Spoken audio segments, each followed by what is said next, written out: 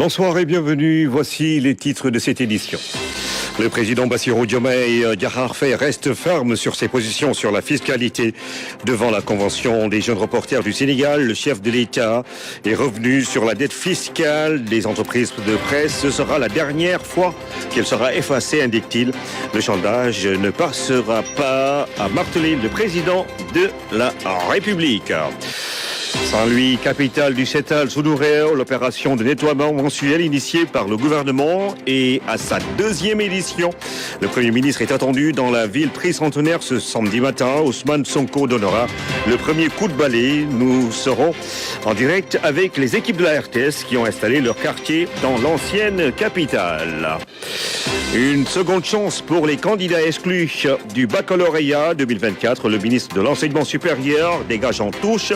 Abdourahmane Diouf demande à la commission de discipline de prendre toutes ses responsabilités et de déterminer les modalités des sanctions. Ces élèves étaient venus dans les centres d'examen avec leur téléphone portable. Keir Starmer, nouveau Premier ministre en Angleterre, le Parti travailliste a remporté les élections législatives au Royaume-Uni. La France retient son souffle. Verdict dimanche pour savoir qui sera vainqueur du second tour des législatives. Le Rassemblement national avait remporté la première manche. Bienvenue à tous. Nous entamons avec cette audience que le président de la République a accordée à la société britannique de la rue. Les échanges ont porté sur les possibilités de partenariat dans les domaines de la lutte contre la corruption et le trafic de produits illicites. C'est l'ambassadeur du Royaume-Uni qui donne les détails de cet entretien. Nous avons eu l'honneur d'une audience avec son Excellence Monsieur le Président. J'étais accompagnée par la Société britannique de la rue, qui est une société qui offre des services et des produits importants dans la lutte contre la corruption, le trafic de produits illicites et les documents d'identification. Nous sommes venus pour parler du partenariat entre le Royaume-Uni et le Sénégal qui est en plein épanouissement autour de 3 priorités partagées, la prospérité, la sécurité et le développement durable.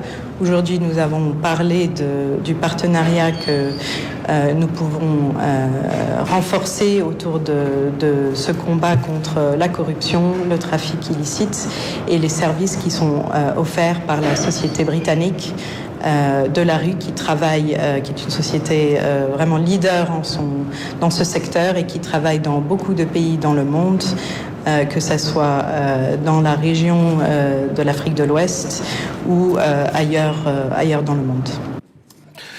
Puis le chef de l'État a reçu ce vendredi la Convention des jeunes reporters du Sénégal, très attentif aux conditions de travail des journalistes. Le président Bassirou Diomaye Diakhar Faye a rappelé l'importance de la justice et de l'équité fiscale. Il a rappelé que les exonérations doivent respecter la loi et servir l'intérêt public. Oumar King. Au Palais de la République, les reporters ont porté la parole de la presse. La Convention s'est d'abord félicitée de l'oreille attentive du chef de l'État. Nous avons tout d'abord tenu à remercier le président de la République. Il nous a adressé une lettre le 3 mai dernier pour nous parler de ses ambitions. Mieux, il nous a conviés au dialogue national qui a été convoqué le 28 mai dernier. Nous avons eu à demander une audience et automatiquement, il nous a accordé cette rencontre, une rencontre au cours de laquelle nous avons évoqué plusieurs questions qui concernent la presse de manière globale. Nous sommes des reporters, mais nous sommes venus parler au nom de la presse dans sa globalité. Quand on parle de la presse dans sa globalité, on parle de la situation des reporters, le photographe, le caméraman, le reporter qui est sur le terrain au quotidien, mais également les patrons de presse, entre autres. La presse est un pilier de la démocratie. En encourageant les reporters, le président Bassirou Diomaye Faye a rappelé leur rôle dans la construction d'un Sénégal nouveau. Je voudrais féliciter les jeunes reporters pour leur engagement exceptionnel.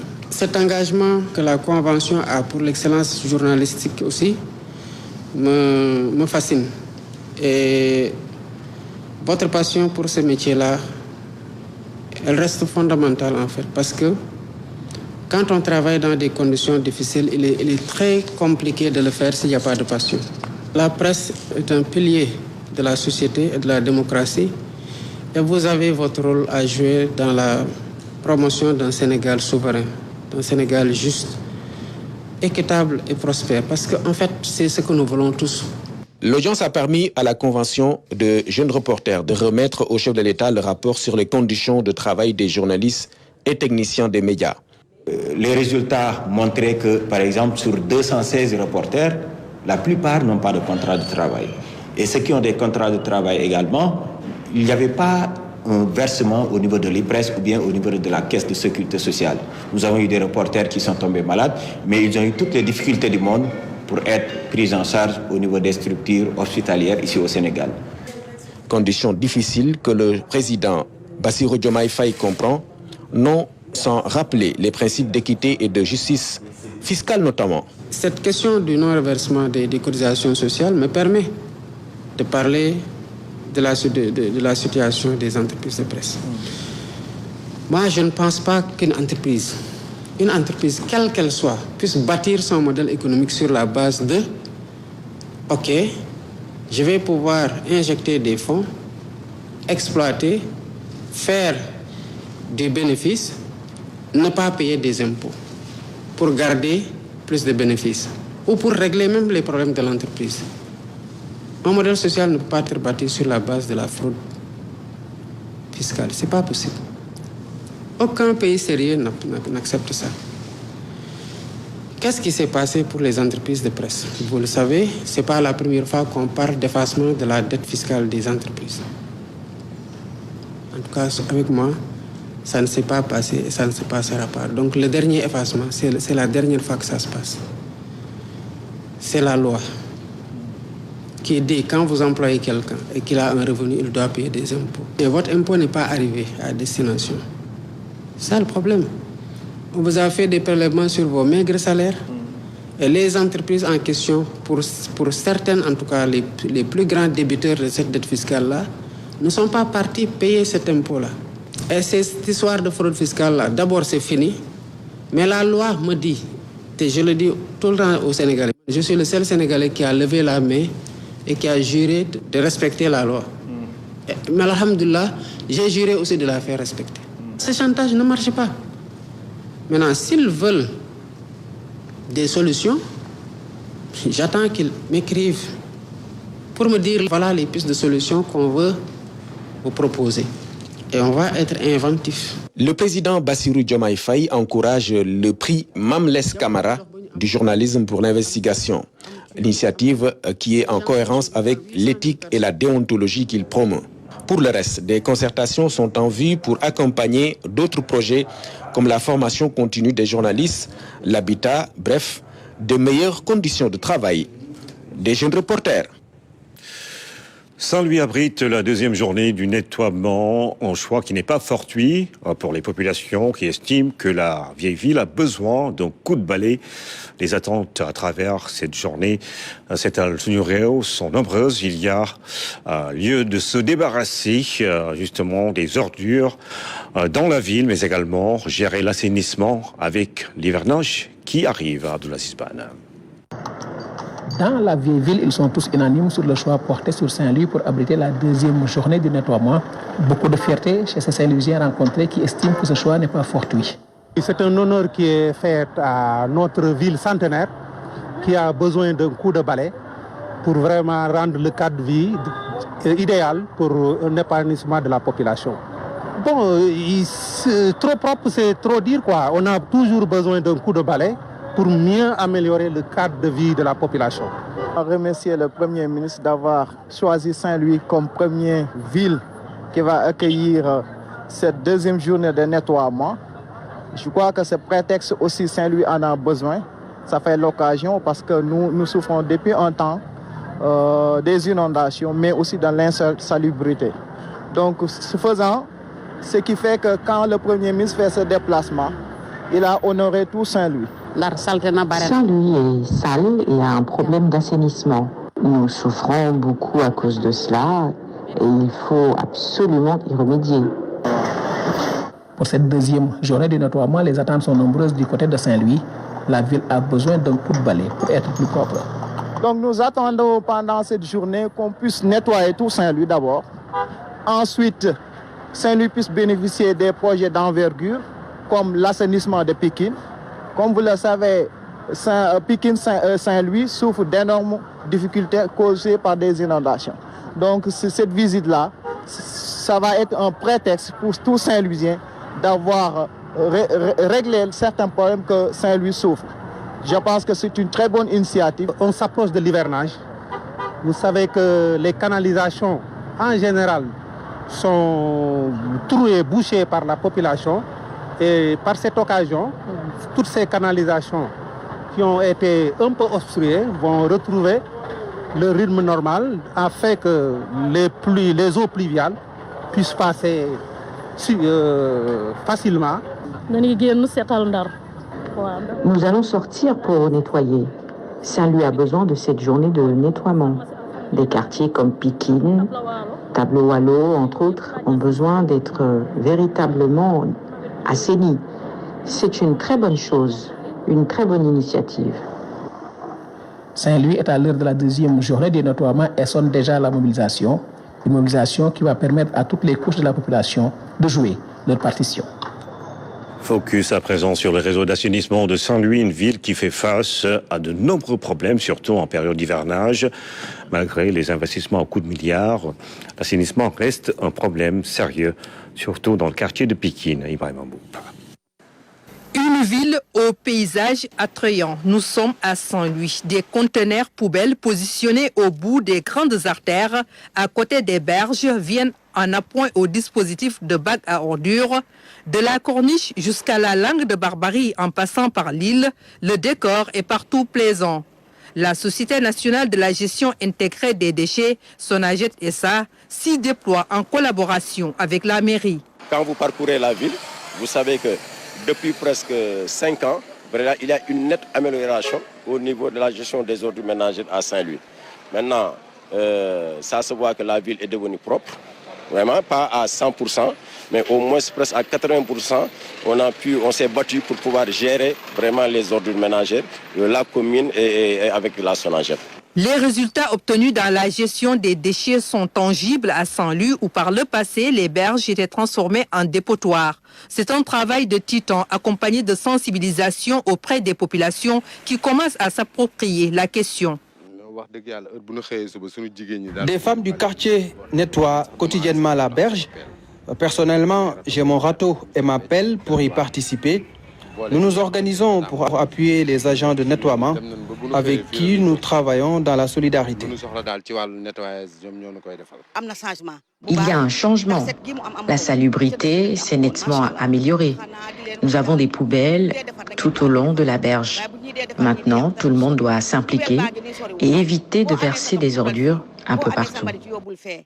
Cependant, ici à Gorumbati, comme dans le reste de la langue de Barbarie ou encore au quartier populaire de Pikine, le problème de comportement persiste et freine ces efforts déployés au quotidien.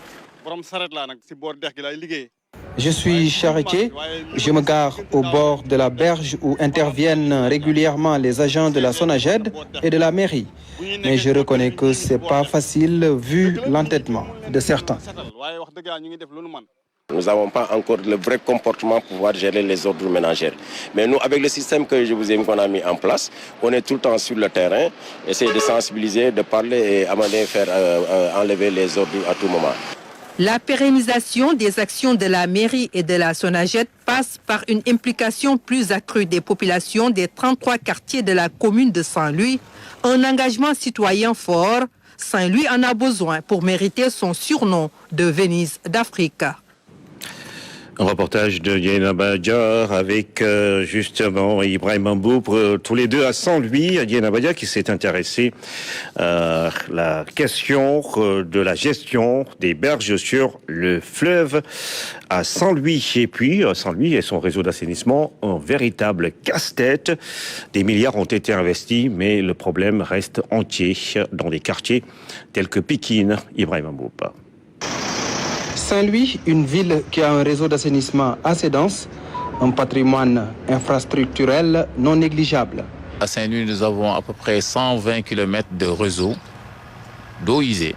120 km de réseau d'eau usée et 7 stations de pompage pour les eaux usées toujours et une station de traitement pour les eaux usées.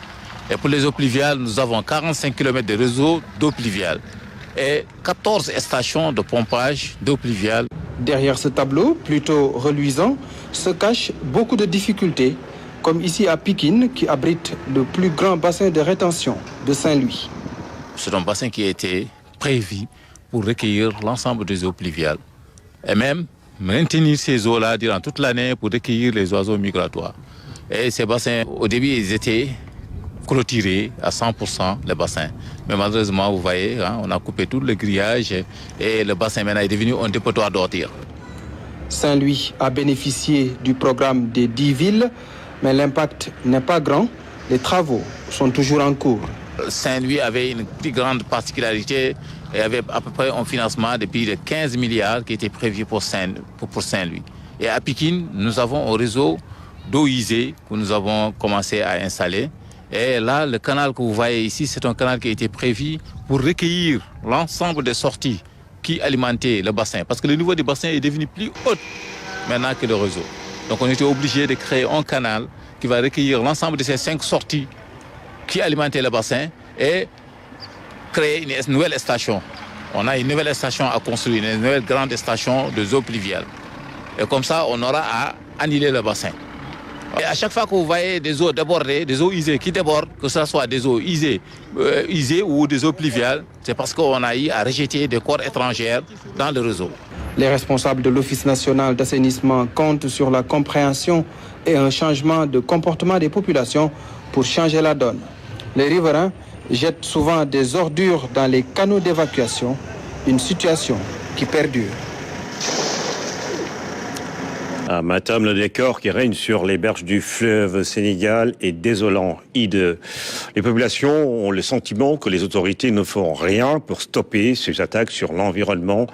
Difficile de respirer à plein poumon avec ces tas de sachets et autres déchets, malgré la proximité avec ce plan d'eau. Ibrahim Pabidjedjou.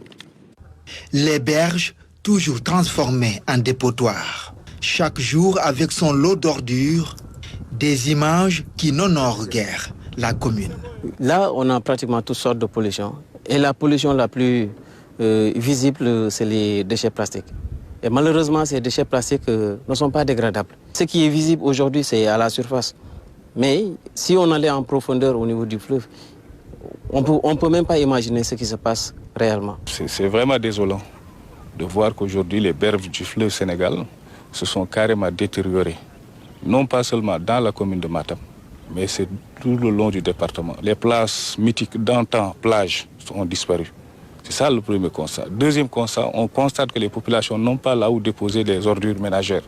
Ils se contentent de laisser jusqu'à la nuit pour verser dans le fleuve.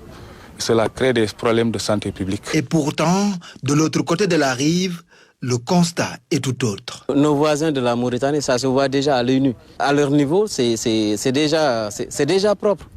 Mais nous, qu'est-ce qui nous empêche de faire la même chose?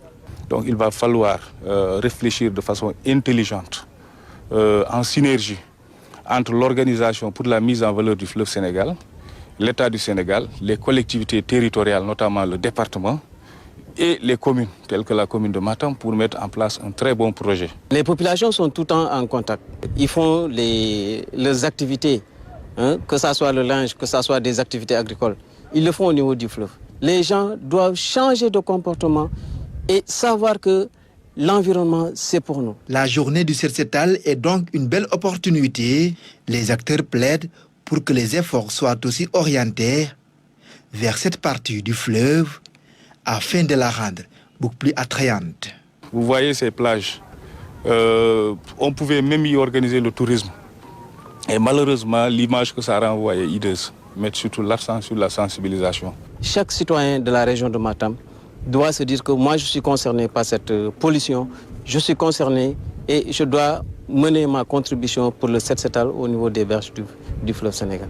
Dans les quartiers, les associations sont déjà à la mobilisation. C'est le cas à Gorel-Serigne. Donc demain, surtout les anciens dépôts d'ordures qui sont dans le quartier, pratiquement, les gens ont commencé encore de reverser des ordures Donc c'est là où on peut passer demain. Pour cette deuxième journée du Set-Setal, plusieurs sites sont déjà identifiés. Une rencontre technique s'est tenue à cet effet sous la houlette du préfet. Nous restons dans le nord du pays, Saint-Louis donc, qui accueille demain le Premier ministre Ousmane Sonko pour la journée nationale Setal Sunureo.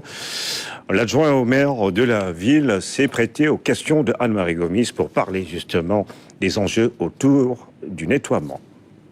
Bon, notre chère ville s'honore d'accueillir Monsieur le Premier ministre Ousmane Sonko pour la deuxième journée de l'opération Set-Setal organisée sur le territoire national.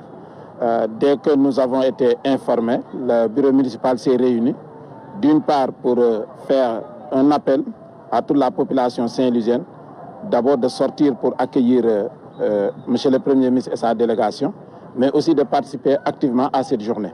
La mairie aussi va mobiliser tous ses moyens logistiques, constitués de plusieurs engins, des pelles, des tractopelles, des bennes tasseuses, et tout son personnel seront aux côtés des populations du Premier ministre pour assurer une parfaite réussite de cette journée.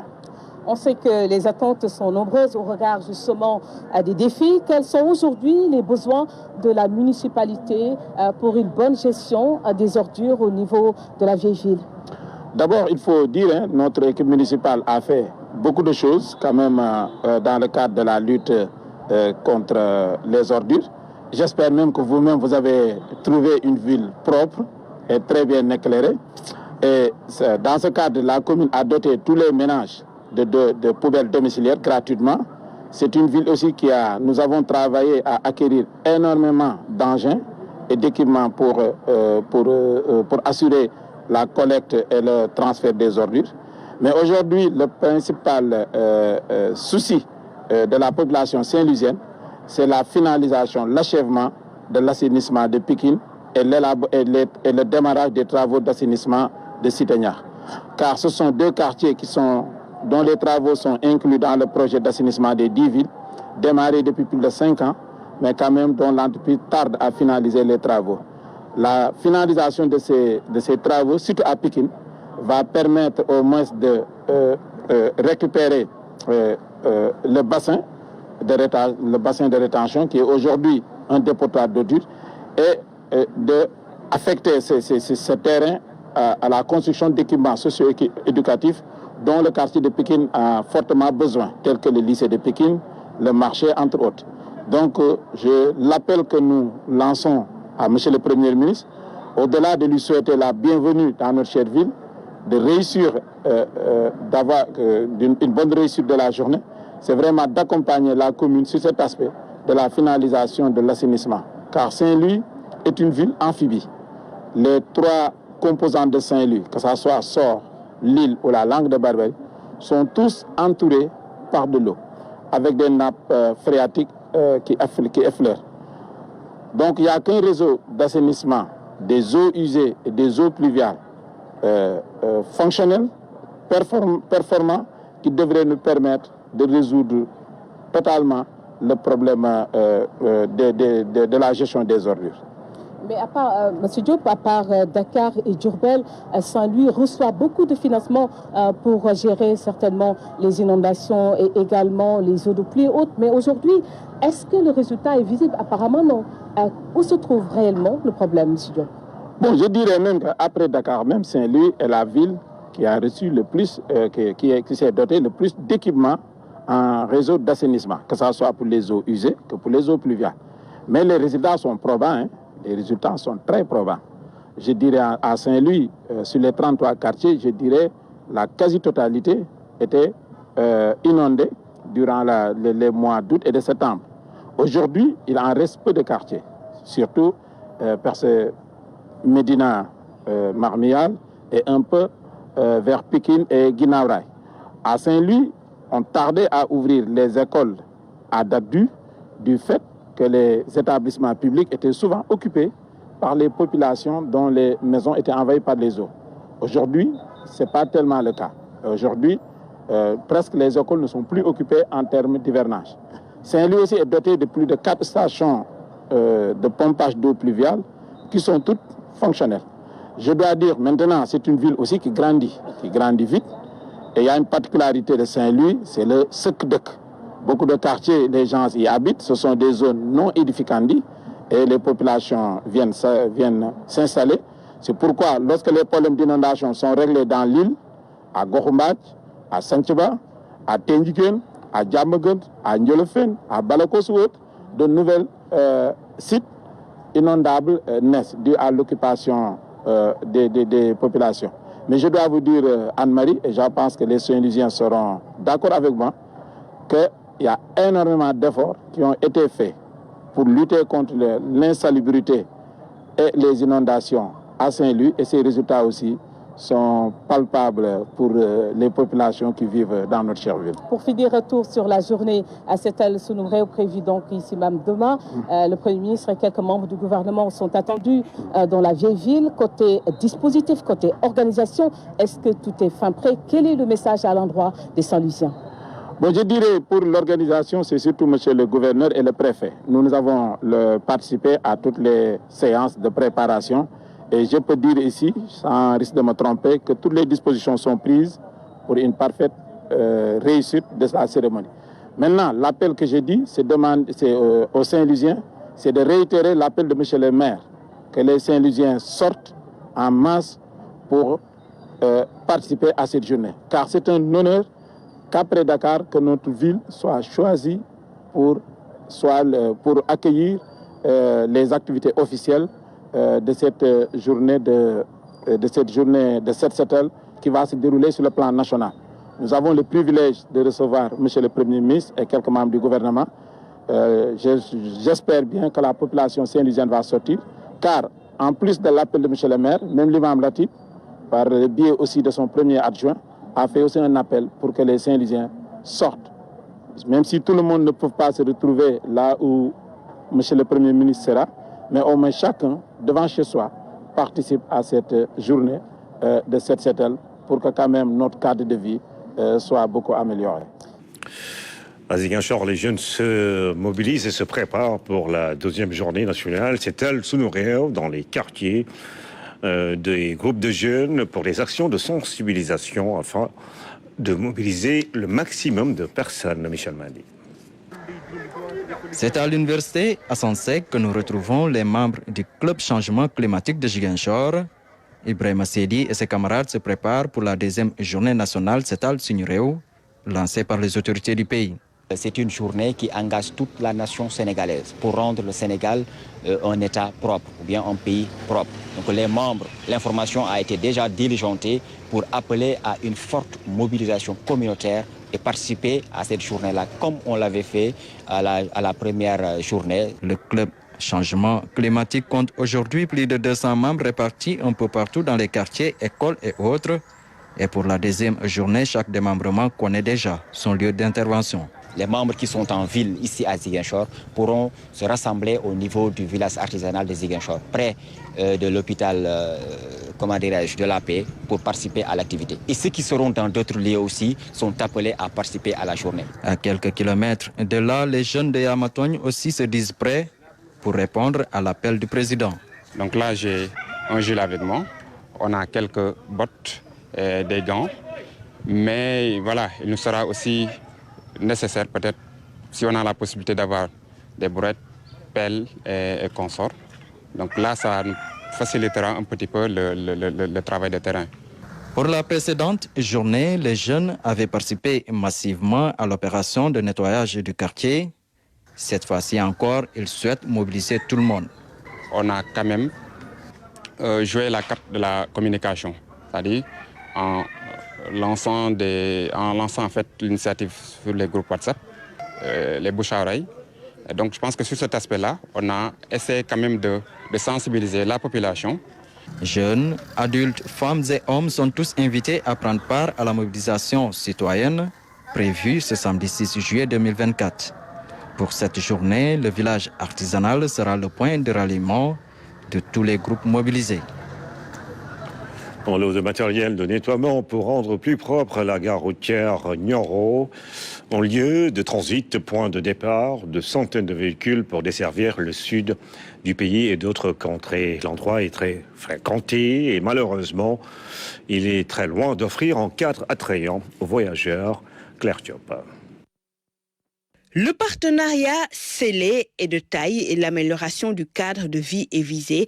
Et c'est un important lot de matériel de nettoiement qui est mis à la disposition du comité de gestion de la gare routière Nioro de Kaolack.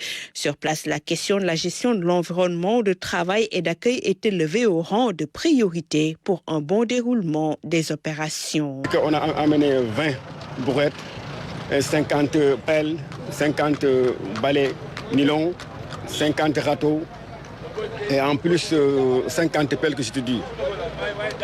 Et vous savez que les matériels, on l'a acheté, mais on va le laisser ici pour que le président du groupement, Pape Moudour, c'est lui qui va utiliser les matériels après. Parce qu'on voulait que vraiment, après cet investissement de demain, il va profiter de l'occasion de continuer de faire le nettoiement dans les gares routières.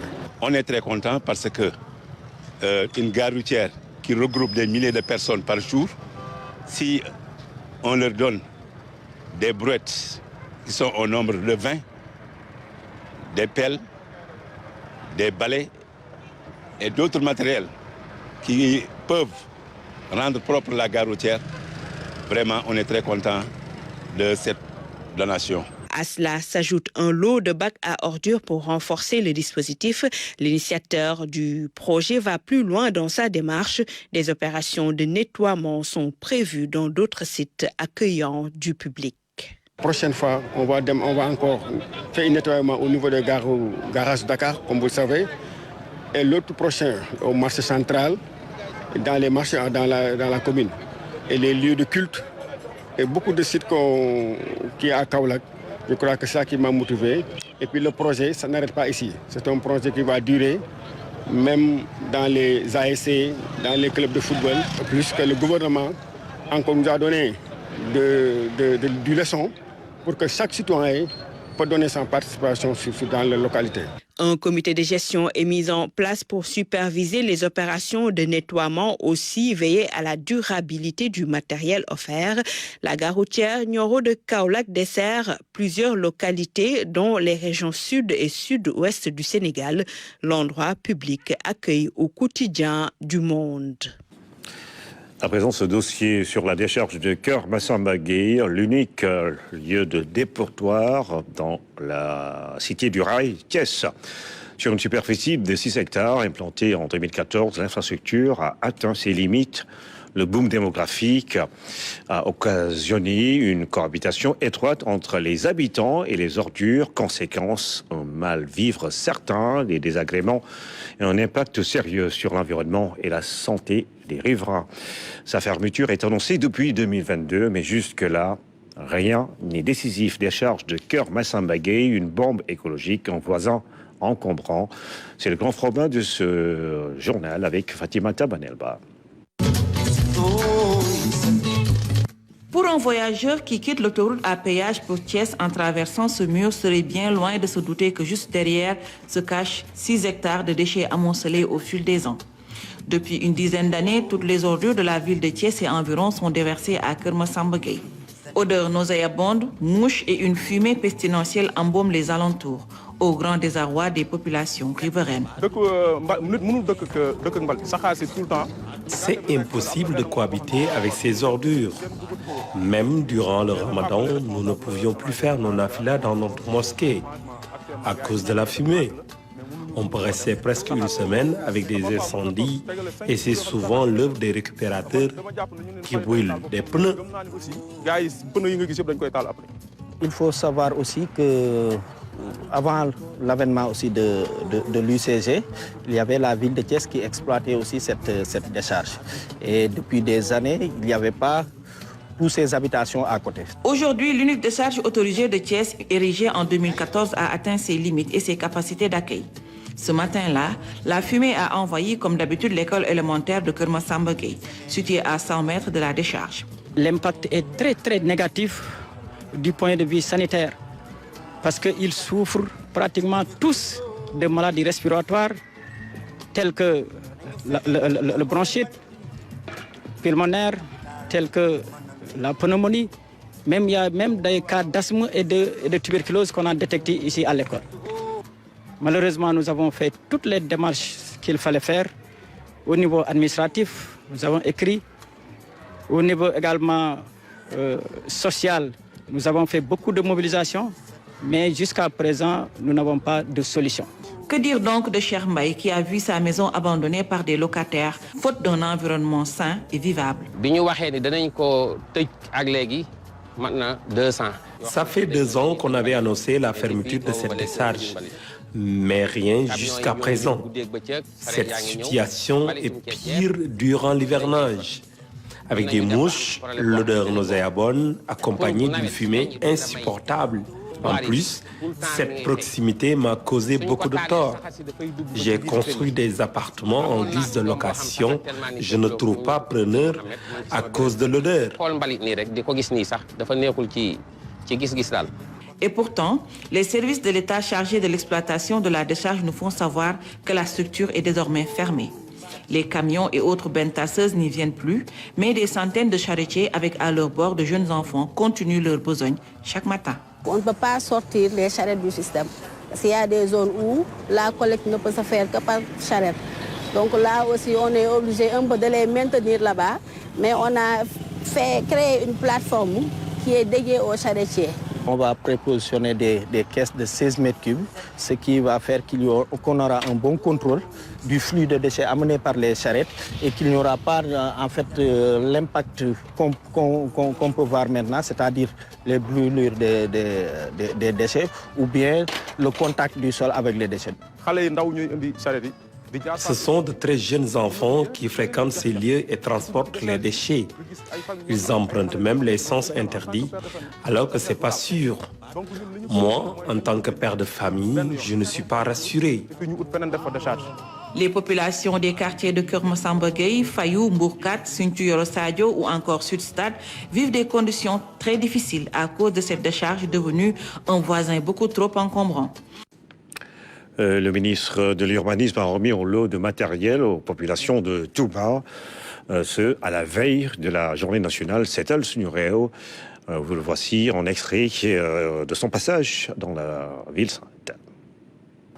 Au niveau du ministère que j'ai le privilège encore une fois de diriger, nous avons plusieurs directions qui sont impliquées.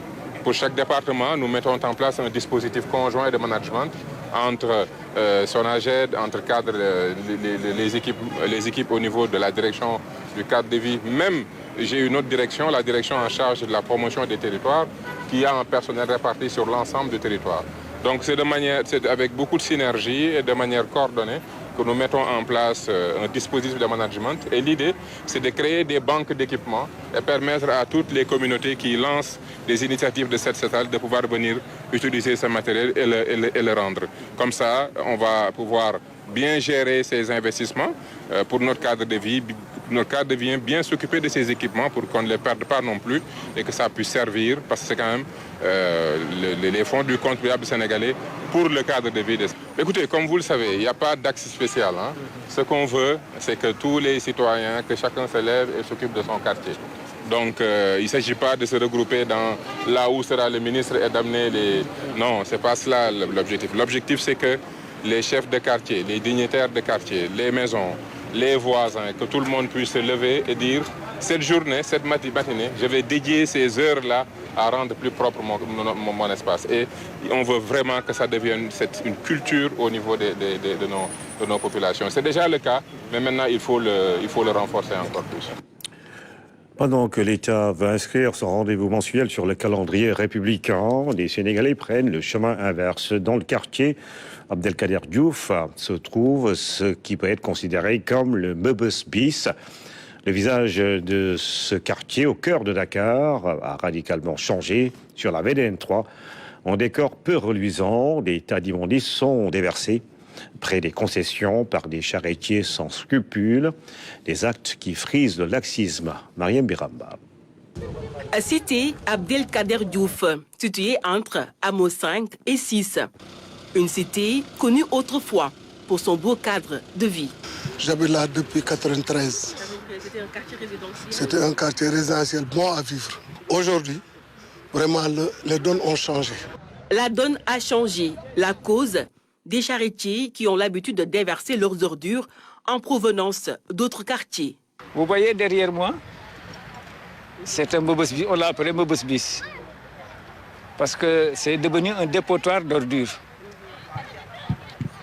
Si toutefois il pleut aujourd'hui, demain nous serons envahis par les larves. Nous sommes fatigués, nous sommes épuisés parce qu'il y a tous les charretiers en convoi qui viennent nous déverser et on n'y peut rien. On parle avec eux, ils nous grondent, ils nous insultent. C'est une situation qui est vraiment déplorable parce que depuis quelque temps, on constate que les charretiers commencent à extraire le sable marin et à en faire aussi un dépotoir d'ordures. Et c'est un phénomène que nous devons tous combattre. Si ça persiste, ça peut causer du tort aux riverains. Mbobosbis, niché au cœur d'un quartier résidentiel près de la VDN 3.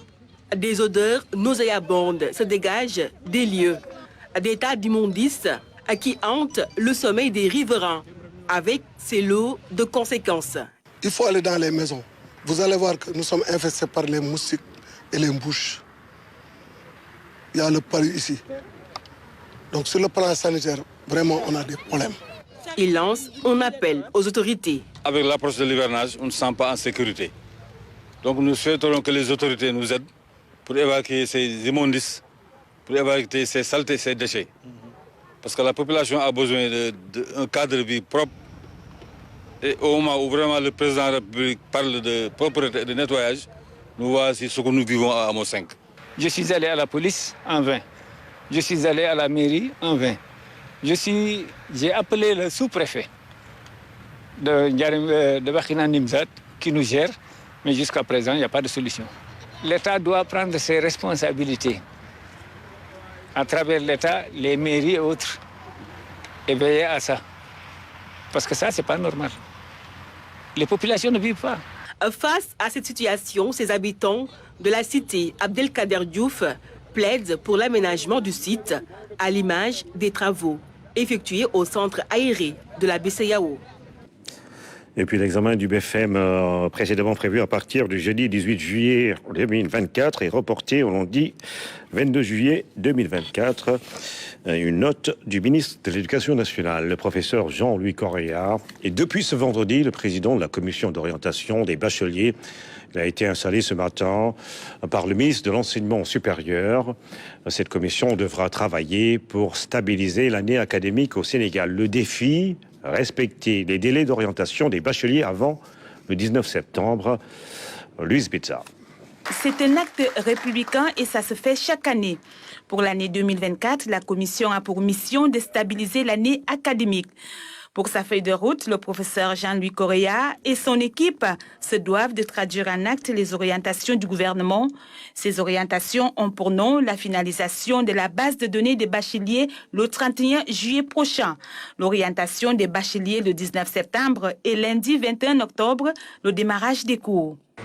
C'est une mission qui est extrêmement importante parce que nous avons vu par le passé beaucoup de difficultés dans l'orientation des bacheliers et difficultés justement qui avaient une grande incidence sur la stabilité du calendrier académique et le déroulement de l'année académique. L'objectif du ministre depuis le début, ça a été de rétablir le calendrier académique. Cela fait 2 mois que le ministre de l'Enseignement supérieur travaille pour stabiliser l'année scolaire. Il a parcouru les universités pour un diagnostic situationnel afin de faire des arbitrages corrects. Donc finalement, on est dans un pacte où les universitaires disent oui, nous pouvons faire l'effort d'arriver à une stabilisation de l'année, mais il nous faut l'accompagnement. Et le gouvernement est en train de dire oui, si vous faites ces efforts, nous allons vous accompagner. C'est ça le pacte. Et si toutes les deux parties respectent le pacte, normalement, on va vers la stabilisation de l'année académique. Comme les autres années, le gouvernement a pris la décision d'orienter tous les bacheliers. L'année dernière, on a orienté 73 000 bacheliers à peu près. Cette année, si le taux de réussite est bon, autour de 50-51%, on aura 80 000 bacheliers. Et l'intention du gouvernement, c'est de les orienter tous dans les universités publiques, dans les ISEP comme dans les universités privées. Du point de vue de l'actualité, 2 points importants ont été soulevés lors du débat. Normalement, il y a des catégories d'élèves qui n'auraient pas dû faire le bac cette année. Ce sont ceux qui étaient forclos, donc ceux qui auraient dû déposer leur dossier depuis janvier qui ne l'avaient pas fait. Il y a aussi ceux qui ont des problèmes d'état civil. Exceptionnellement, le gouvernement, sur les instructions du Premier ministre et du Président de la République, a décidé de donner une deuxième chance à ceux qui n'avaient pas pu s'inscrire. Donc nous allons ouvrir la période de réinscription très rapidement. On est aujourd'hui vendredi, le 5, dès la semaine prochaine, entre le 8 et le 10, c'est que 3 jours. Toutes ces questions vont être débattues par le nouveau président de la commission d'orientation des bacheliers et les universitaires. Et très rapidement, le ministre de l'Enseignement supérieur va procéder au démarrage de la mise en œuvre. Et puis certains candidats au bac ont été exclus parce qu'ils avaient par devers eux des téléphones portables. 64 à Kaolack, 42 à Dakar. Le ministre de l'Enseignement supérieur suggère que la commission de discipline se réunisse vite pour statuer sur les cas. Nous l'écoutons. Alors, je voudrais dire que la responsabilité du ministre, c'est d'appliquer la loi. Et les présidents de jury qui ont pris ces décisions ont appliqué la loi. Maintenant, la voie qui s'ouvre pour ces élèves et ces parents d'élèves, c'est d'aller devant la commission de discipline pour défendre leur cas. Je pense pouvoir dire que la commission de discipline pourra se réunir dans les plus brefs délais pour statuer sur tous les cas de fraude du bac. Pas seulement sur les cas de téléphone portable, parce qu'il y a d'autres cas de fraude au niveau du bac. Et quand cette commission de discipline-là va s'installer, elle va statuer sur les cas. Moi, c'est ce que je peux dire comme ministre. Et comme ministre, je ne peux pas préjuger des décisions que la commission de discipline va prendre. Parce que cette commission, elle est autonome. C'est à cette commission de dire, d'évaluer la situation de chaque élève pour dire si la punition, entre guillemets, sera d'une année, si la punition peut être rapportée pour que l'élève puisse faire la session de remplacement. Ça, ce ne sont pas mes prérogatives. Ce que je peux pouvoir dire à la communauté, c'est que dans des cas de fraude pareille, la sanction standard, c'est que vous ne faites pas le bac sur la session en cours. Et la session en cours, c'est juillet et octobre. Maintenant, la commission de discipline peut voir s'il y a des circonstances aggravantes, des circonstances atténuantes, délibérer en toute liberté et décider du sort de ses élèves. C'est ça la prérogative du ministre, c'est ce que je peux dire. Et je dis aux familles qui sont concernées que je défends l'application de la loi, l'application stricte de la loi, mais je comprends aussi la douleur humaine qu'il y a derrière l'élimination des élèves dans ces conditions. Journée nationale du nettoiement, donc, s'étale sur Nuréo demain à Saint-Louis, en présence du Premier ministre Ousmane Sonko, qui est arrivé ce soir dans la ville tricentenaire. Le Premier ministre a été accueilli par le gouverneur et les autorités civiles et militaires de la région Nord. Le chef du gouvernement préside demain, donc 6 juillet, la deuxième journée de cette opération de nettoiement. La plage de la Langue de Barbarie accueille la cérémonie officielle. Il y a également une journée pour revoir les programmes d'assainissement à Pékin, Guinaroy et à l'UGB. Nous y reviendrons. Au Royaume-Uni, le Parti travailliste a remporté les élections législatives. Keir Starmer devient le nouveau Premier ministre. C'est Lila Lunfal. À l'issue des élections législatives au Royaume-Uni, les travaillistes ont remporté la majorité absolue au Parlement et mettent fin à 14 ans de pouvoir conservateur. Âgé de 61 ans, Keir Starmer est nommé Premier ministre britannique par le roi Charles III. Il est chargé de former un nouveau gouvernement. Ancien avocat, spécialiste des droits humains, Keir Starmer s'est engagé à faire diminuer l'immigration illégale en particulier. Oui, nous avons réussi. Vous avez fait campagne pour ça, vous vous êtes battu pour ça, vous avez voté pour ça et maintenant, le moment est arrivé et le changement commence maintenant. Incapable d'enrayer la chute de son parti, le Premier ministre sortant Rishi Sunak avait tenté de reprendre l'initiative la semaine dernière en convoquant ce scrutin en juillet alors qu'elle n'était attendue qu'à l'automne. Le Parti travailliste a remporté ces élections législatives et j'ai appelé le leader du parti pour le féliciter pour sa victoire. Aujourd'hui, le pouvoir va changer de main de manière pacifique et ordonnée avec la bonne volonté de toutes les parties. Le peuple britannique a rendu ce soir un verdict qui donne à réfléchir. Il y a beaucoup à apprendre et à réfléchir et j'assume la responsabilité de cette défaite. Mais les travailleurs assurent qu'ils continueront à accueillir des réfugiés et à respecter les conventions internationales. C'est ce vendredi à 23h59 que se referme la campagne du second tour des législatives en France. La crainte de beaucoup d'observateurs est de voir le Rassemblement national sortir avec une majorité, ce qui ouvrirait la voie de Matignon à Jordan Bardella. Chaque camp a choisi une stratégie plus ou moins risquée. Et dimanche, ce sera la vérité des urnes qui va parader à J-7 du 14 juillet. C'est une chronique signée Oumar Diaw. Dopé par un premier tour où il a viré en tête, le RN euphorique se met à rêver d'une médaille d'or à l'arrivée et d'un Bardella à Matignon, ce que les diasporas maghrébines et subsahariennes surtout redoutent. Face au Rassemblement national, l'heure est à un réel sursaut démocratique et républicain. Dixit Emmanuel Macron. En filigrane, on lit tout sauf le RN. Souper avec le diable est préférable. C'est le temps des petits calculs opportunistes et parfois mesquins. Le dilemme est que souvent, on devra choisir entre deux mots, la peste ou le choléra. Des choix cornéliens aussi énigmatiques qu'un « je t'aime moi non plus ». Le RN cible la droite et le centre droit, demandant à leurs militants d'opérer un choix judicieux. À l'opposé, Glucksmann, convaincu que l'histoire regarde la France, le monde aussi, supplie tous les partis arrivés en troisième position de se désister face au RN en cas de triangulaire pour laisser place à un duel. Globalement, à gauche, un front républicain hétéroclite prend forme, tandis que la Macronie, ridiculisée, groggy, un genou à terre depuis dimanche soir, a du mal à définir une ligne de conduite et des consignes claires. Les républicains déchirés avec 10% se refusent à donner des consignes explicites, se prenant pour des faiseurs de roi. Avec 67% de taux de participation, le plus élevé depuis 1997, l'on peut se demander s'il y a encore de la marge à conquérir chez les abstentionnistes. 33%, ce n'est pas rien. On est dans le jeu politique, jeu de dupes, fait de réalisme, de manigance, de flirts circonstanciels et de combinaisons risquées. Des instituts de sondage anticipent déjà une courte majorité absolue du RN. Pour l'heure, 39 députés du parti ont déjà été élus, contre 32 pour le NFP et seulement 2 macronistes. Le second tour, en plein Tour de France cycliste, risque d'être un tour de passe-passe, forcément décevant pour un camp, joyeux pour l'autre, à une semaine du 14 juillet. Qui va parader ?